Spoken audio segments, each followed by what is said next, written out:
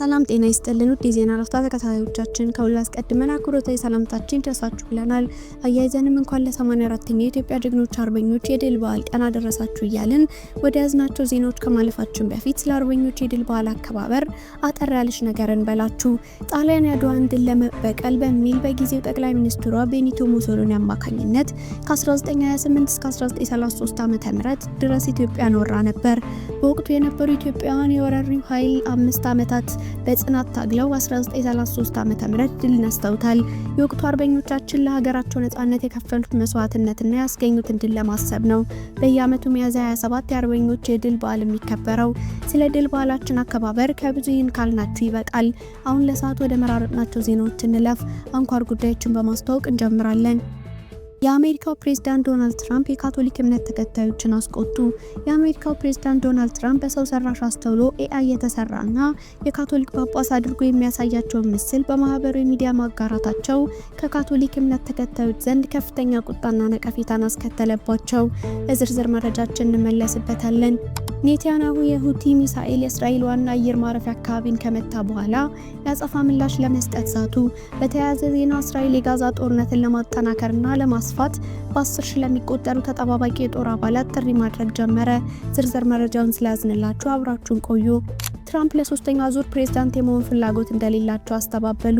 በዚህ መረጃ ላይና የጋዛ ህጻናት የተመጣጠነ ምግብ እጥረት የከፋ ደረጃ ላይ መድረሱ ተገለጸ።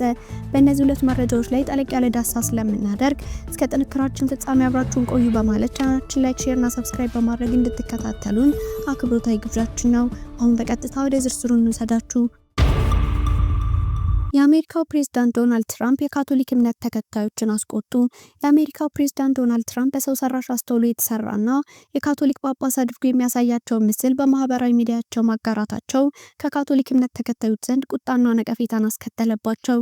ትራምፕ በማህበራዊ ሚዲያ ላይ የተጋራው ይህ ምስል ጳጳሳት የሚለብሱትን ነጭ ልብስ ተክኖና ቆብን አድርገው የሚያሳይ በAI የተሰራ ምስል ልጥፍ የተጋራው ዶናልድ ትራምፕ ለጋዜጠኞች ጳጳስ መሆን ፈልጋለሁ ብለው ከቀለዱ በኋላ ነው። ምስሉ መጋራቱን ተከትሎም የኒውዮርክ ጳጳስ የሚወክለው የኒውዮርክ ግዛት የካቶሊክ ጉባኤ ቅሬታውን ለኤክስ ማስገባቱን አስታውቋል። ክቡር ፕሬዝዳንት፣ በዚህ ምስል ላይ ምንም አይነት ጥበብ ወይም የሚያስቅ ነገር የለም ሲል ቡድኑ ጽፏል። ተወዳጁን አባታችንን ሊቀ ጳጳስ ፍራንሲስን ገና መቅበራችን ነው። እንዲሁም የካቶሊክ የእምነት አባቶች ቀጣዩን ሊቀ ጳጳስ ለመምረጥ በቅዱስ ጴጥሮስ ቤተክርስቲያን የጽሞና ጊዜ ሊጀምሩ ነው፣ አያላግጡብን ብሏል ቡድኑ በመግለጫው። የጣሊያን የቀድሞ ጠቅላይ ሚኒስትር ማቴዎ ሬንዚ ዶናልድ ትራምፕ ምስሉን በማጋራታቸው ኮንነዋቸዋል። ሬንዚ ይህ ምዕመኑን የሚያስቆጣ፣ ተቋሙን የሚሳደብ እንዲሁም የቀኝ ዘመም ዓለም መሪዎች ላይ በማላገጥ ደስታን እንደሚያገኙ የሚያሳይ ምስል ነው ሲሉ በኤክስ ገጻቸው ላይ ጽፈዋል። ኔታንያሁ የሁቲ ሚሳኤል የእስራኤል ዋና አየር ማረፊያ አካባቢ ከመታ በኋላ ያጸፋ ምላሽ ለመስጠት ዛቱ። የእስራኤል ጠቅላይ ሚኒስትር ቤንያሚን ኔታንያሁ በሁቲ አማጽያን የተተኮሰ ሚሳኤል የእስራኤል ዋና አውሮፕላን ማረፊያ አካባቢ ከመታ በኋላ በታጣቂ ቡድኑ ላይ ያጸፋ እርምጃ እንደሚወስዱ ቃል ገብተዋል። ኔታንያሁ በማህበራዊ ድረገጾቻቸው ላይ በተለጠፈው የቪዲዮ መልእክታቸው ከዚህ በፊት ጥቃት ሰንዝረናል፣ ወደፊትም እናጠቃለን ሲሉ ምላሽ እንደሚሰጡ ዝተዋል። በኢራን የሚደገፈው የታጣቂ ቡድን ከየመን የተተኮሰው ሚሳኤል በቤንጉሪዮ አየር ማረፊያ ዋና ተርሚናል አካባቢ ማረፉን የእስራኤል ባለስልጣናት አስታውቀዋል። የእስራኤል የመከላከያ ሚኒስቴር እስራኤል ካትስን የሚመታትን ሁሉ 7 እጥፍ እንመታዋለን በማለት ለጥቃቱ ምላሽ ሰጥተዋል። ኔታንያሁን በኋላ በሰጡት መግለጫ የሁቲዎች ጥቃት ከኢራን የመነጨ ነው ሲሉ ሀገራቸው ለሁቲ ጥቃት ምላሽ እንደምትሰጥ አስጠንቅቀዋል። ለኢራን ደግሞ በመረጥነው ጊዜና ቦታ እርምጃ እንወስዳለን ብለዋል። አውሮፕላን ማረፊያው ለጊዜው በረራ ካቋረጠ በኋላ ስራ ጀምሯል። ሚሳኤሉ ሲቃረብ በተለያዩ የሀገሪቱ ክፍሎች የአደጋ ደውሎች ተሰምተዋል። የእስራኤል አየር ኃይል ደግሞ ሚሳኤሉን ለማክሸፍ ለምን እንዳልተቻለ እያጣራው ነው ብሏል። የመከላከያ ምንጮችን በመጥቀስ የእስራኤል ሚዲያ እንደዘገበው የእስራኤልም ሆነ አሜሪካ ሰራሽ መቃወሚያዎች ሚሳኤሉን ለማክሸፍ አልቻሉም ነበር። የእስራኤል ከፍተኛ የፖሊስ አዛዥ ያያ ሄትሮ በሚሳኤል ጥቃቱ የተፈጠረውን ጉድጓድ ለጋዜጠኞች አሳይተዋል። የአየር ማረፊያው ባለስልጣናት በተርሚናል 3 የመኪና ማቆሚያ ስፍራ አጠገብ ካለው መንገድ አጠገብ ሚሳኤሉ ማረፉን ተናግረዋል። ከኋላቸው ያለው ትዕይንት ማየት ትችላላችሁ። በ10 ሜትሮች ዲያሜትርና እንዲሁም በ10 ሜትሮች ጥልቀት የተከፈተ ጉድጓድ ነው ያሉት ሄትሮኒ ምንም የጎላ ጉዳት አለመኖሩን ተናግረዋል። ኔታንያሁ ስለሚሰጡት ያጸፋ ምላሽ ለመምከር ከሚኒስትሮችና መከላከያ ባለስልጣናት ጋር ይገናኛሉ ሲሉ የሀገር ውስጥ የመገናኛ ብዙሃን ዘግበዋል። በተያያዘ ዜና የእስራኤል መከላከያ ኃይል በ10 ሺዎች የሚቆጠሩ የተጠባባቂ ኃይሉን አባላት በጋዛ ለሚያካሂደው የተጠናከረ መስፋፋት መጥራት ጀመረ። መከላከያ ኃይሉ በጋዛ ታግተው የሚገኙ እስራኤልን ለማስለቀቅና የሐማስ ታጣቂዎችን ለማሸነፍ ጫና መጨመሩን ይናገራል። ተቺዎቹ ግን የተኩስ አቁሙ ማብቃቱን ተከትሎ በቅርቡ ያካሄደው ወታደራዊ ዘመቻ ታጣቂዎችን ለማስለቀቅ አለመቻላቸውን በመግለጽ ጠቅላይ ሚኒስትር ቤንያሚን ኔታንያሁ በዚህ ግጭት ዓላማቸው ምንድነው የሚለውን ጥያቄ ውስጥ ወድቋል ብለዋል። በቅዱ መሰረት ወታደሮቹ በአካባቢው ተሰማርተው በምድርና ከምድር በታች የሚገኙ ሁሉንም መሰረተ ልማቶች ያወድማሉ። የእስራኤል የደህንነት ካቢኔ ሁለት ሲገናኝ ወታደራዊ መስፋፋቱን ያጸድቃል ተብሎ ይጠበቃል። እስራኤል ከሐማስ ጋር የምታደርገው ዓለም አቀፍ ድርድር አዲስ የተኩስ አቁም ላይ ለመድረስና በሐማስ ቁጥጥር ስር የሚገኙ 59 እስራኤላውያን 24ቱ በህይወት አሉ ተብሎ ይታመናል ማስለቀቅ ሳይችል ቀርቷል። እስራኤል ለ2 ወር በዘለቀው የተኩስ አቁም አብቅቶ እንደ አውሮፓውያን አቆጣጠር መጋቢት 18 ዳግመኛ የተጠናከረ ወታደራዊ ዘመቻ ከጀመረች ወዲህ አንድም እስራኤላዊ ታጋች ማስለቀቅ አልቻለችም። ከዚህ ጊዜ ጀምሮ እስራኤል የጋዛ በርካታ ስፍራዎችን በቁጥጥር ስር ያዋለች ሲሆን በመቶ ሺዎች የሚቆጠሩ በጋዛ ሰርጥ የሚኖሩ ፍልስጤማውያን ከቤት ንብረታቸው በተደጋጋሚ ያፈናቅላለች። እስራኤል በጋዛ የምታካሂደው ወታደራዊ ዘመቻ እንዲሁ ከ2 ወር በላይ ማንኛውም እርዳታ እንዳይገባ ማገዷን በሐማስ ላይ ጫና ለማድረግ ያለመ ነው ስትል ትገልጻለች። በጋዛ ከፍተኛ የሆነ የምግብ የውሃና የመድኃኒት እጥረት መፈጠሩን የሚገልጹ የእርዳታ ድርጅቶች የእስራኤል እርምጃ ፍልስጤማውያንን የማስራብ ፖሊሲ ሲሆን ከጦር ወንጀል ጋር ይስተካከላል ይላሉ። ቢሆንም ግን እስራኤል ይህንን ውንጀላ አትቀበልም። ትራምፕ ለሶስተኛ ዙር ፕሬዝዳንት የመሆን ፍላጎት እንደሌላቸው አስተባበሉ። የአሜሪካው ፕሬዝዳንት ዶናልድ ትራምፕ ምሁራን በሀገሪቱ ህገ መንግስት የተከለከለ ስለመሆኑ ለሚስማሙበት ለሶስተኛ ዙር የፕሬዝዳንትነት ዘመን እያሰቡ ነው መባሉን አስተባብለዋል።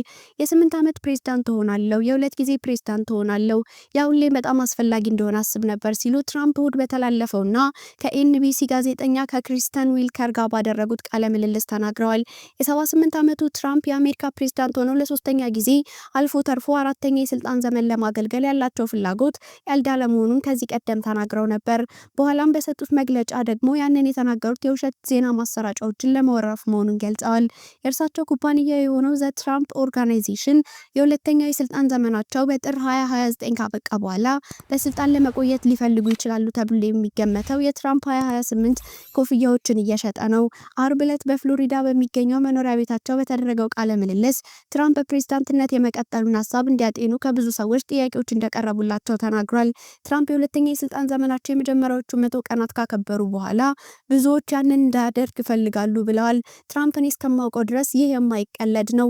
ይህ ህገ መንግስታዊ ይሁን አይሁን አላውቅም፣ እንዲደረግ የማይፈቀዱትን ወይም ሌላ ነገር ነው ብለዋል ትራምፕ። የህገ መንግስቱ 22ኛ ማሻሻያ ማንም ሰው ከ2 ጊዜ በላይ ለፕሬዝዳንትነት መመረጥ የለበትም ይላል። ሆኖም አንዳንድ የትራምፕ ደጋፊዎች በፍርድ ቤት ያልተፈተሸ ክፍተት በህገ መንግስቱ ላይ እንዳለ ይጠቁማሉ። የጋዛ ህጻናት የተመጣጠነ ምግብ እጥረት የከፋ ደረጃ ላይ መድረሱ ተገለጸ። እሁድ ዕለት በአንድ የስደተኞች መጠለያ ላይ በተፈጸመ ጥቃት ብቻ 10 ሰዎች የተገደሉ ሲሆን 17ቱ ሴቶችና ህጻናት ናቸው የተባለ ሲሆን በጋዛ የሚገኙ የጤና ባለሙያዎች በጋዛ ሆስፒታሎች ውስጥ ያሉትን ሁኔታዎች እየተባባሱ ነው ብለዋል። ከዚህ በተጨማሪ በጋዛ ውስጥ ያለ የምግብ አቅርቦት እየተመናመነን የተባለ ሲሆን የቀረው ደግሞ በውድ ዋጋ እየተሸጠ ነው ተብሏል። የጋዛ ነዋሪዎች አሁን ላይ ምግብ ገዝተው መመገብ የማይችሉበት ሁኔታ ላይ ናቸው የተባለ ሲሆን በጋዛ ውስጥ የምግብ ዋጋ ጭማሪ ማሳየቱ ተነግሯል። በጋዛ ውስጥ ያጋጠመውን የምግብ እጥረት ለመቅረፍ በተለያዩ ቦታዎች የምግብ አቅራቢ ኩሽናዎች ተደራጅተው የነበሩ ቢሆንም አሁን ላይ ግን በምግብ ግብዓት እጥረት ወይም በእስራኤል ጥቃት ምክንያት ለመዘጋት ተገደዋል። በዚህም ወላጆች ልጆቻቸውን መመገብ የማይችሉበት ሁኔታ ላይ ይገኛሉ የተባለ ሲሆን በርካቶችም ምግብን ፍለጋ በጎዳናዎች ላይ እየተንከራተቱ ነው ተብሏል። በናስር ሆስፒታል ያሉ ኃላፊዎች የምግብ እጥረቱን ተከትሎ በሰዓታት ውስጥ ብቻ 7 የተመጣጠነ ምግብ እጥረት የገጠማቸው ህጻናት መቀበላቸውን የገለጹ ሲሆን ወላጆች ልጆቻቸውን የምግብ እጥረት ምልክቶችን እያሳዩ ቢሆንም ምንም ነገር ማድረግ ሳይችሉ እየቀሩ መሆኑን ገልጸዋል። የአሁኑ የጋዛ ሁኔታ ጦርነቱ ከተቀሰቀሰ ወዲህ የከፋ ነውም ተብሏል። ውድ የዜና ላፍታ ቤተሰቦች የሰዓቱ መረጃዎቻችን ያዳመጣችሁትን ይመስል ነበር። ስለተከታተላችሁን እያመሰገንን ቻናላችንን ሰብስክራይብ በማድረግ ቤተሰብ እንድትሆኑ እየጋበዝን በዚሁ ተሰናበትን። ጤና ይስጥልን።